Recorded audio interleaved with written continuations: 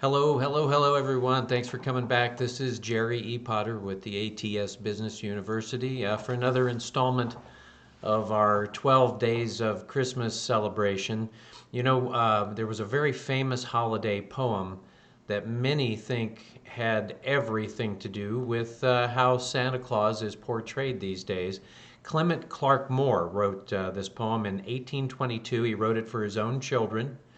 It also referenced the title, A Visit from St. Nicholas. The poem is the origin, like I said, for many of the modern notions of what Santa Claus is really like, the white beard and how plump he was and the names of the reindeers and such. So this poem, again, by Clement Clark Moore, "'Twas the Night Before Christmas."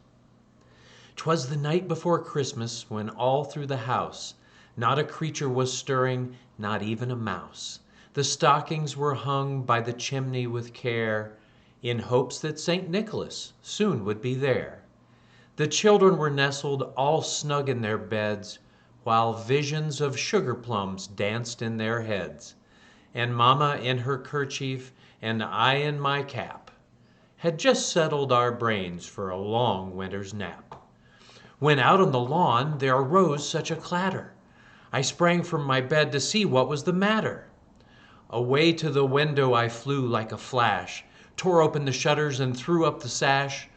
The moon on the breast of the new fallen snow gave a luster of midday to objects below, when what to my wondering eyes did appear but a miniature sleigh and 8 tiny reindeer.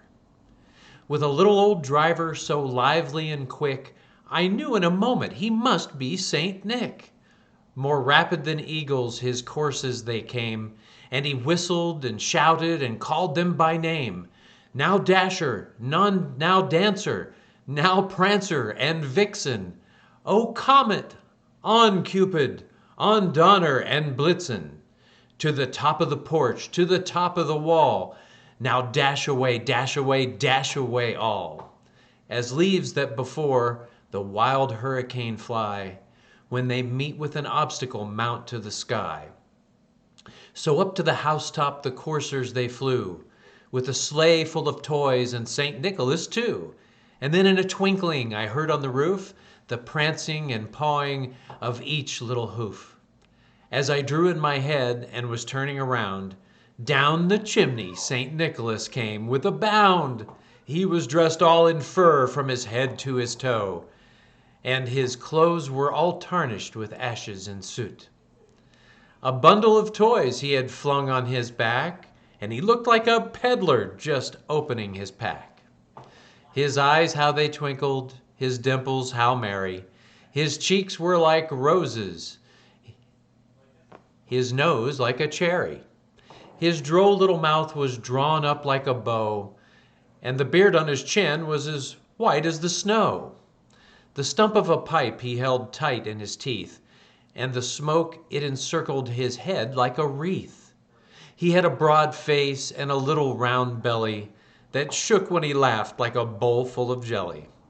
He was chubby and plump, a right jolly old elf, and I laughed when I saw him, in spite of myself. A wink of his eye and a twist of his head soon gave me to know I had nothing to dread.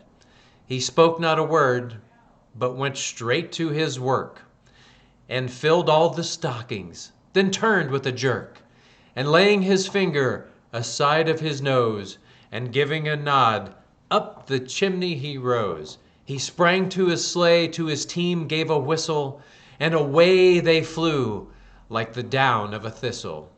But I heard him exclaim, ere he drove out of sight, "Happy Christmas to all, and to all a good night."